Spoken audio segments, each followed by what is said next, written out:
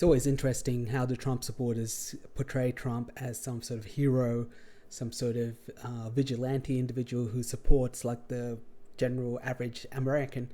But during the GFC, I think you should see exactly how Trump is and what he saw in the GFC.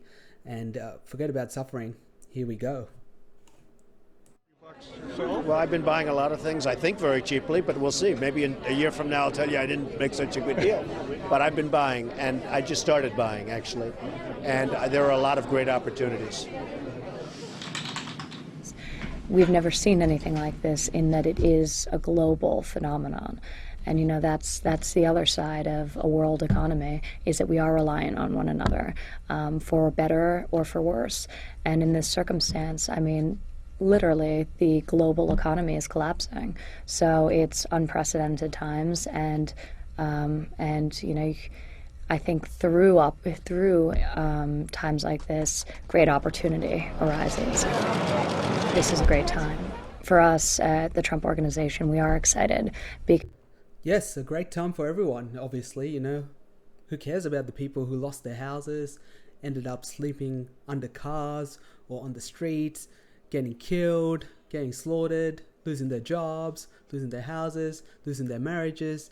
No, Trump doesn't care about any of that at all. He just cares about how he and his family made a killing out of the GFC. So why wouldn't you allow it? Why wouldn't you allow the system so that, why wouldn't you design the system so that it occurred again, so that it could occur again? The Dodd-Frank legislation was put in by President Obama to stop the GFC from happening again. And here is Trump removing that legislation. Treasury Secretary Steve Mnuchin to review damaging Dodd-Frank regulations that... But of course, Trump does not stop there. He wants to give even more benefits to the big end of town and to himself and his family.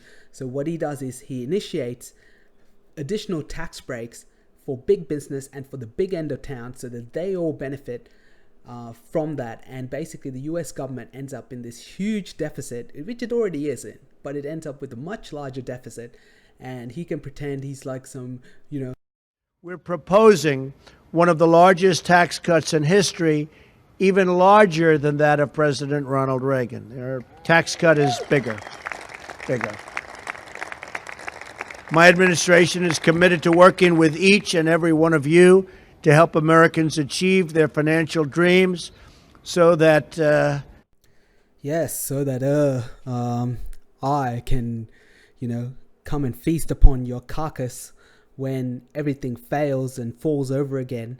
And then I can take your house, I can take your business, I can take your children, I can take whatever the hell I want then, because you will have nothing, because you are a pathetic bunch of peasants who have no understanding at all of what is really happening, because you are some dumb-ass dipshit fucks. So let's face it, I know what's going on here. I'm removing the GFC protection legislation, putting in tax breaks for big business, doing everything I can for me and my mates so that I'm prepared to feast upon your carcass when this all goes south again. This is Donald Trump to a T. So please educate yourself and see exactly who he is and what he is and the truth about this man, because he is a friggin' barbarian.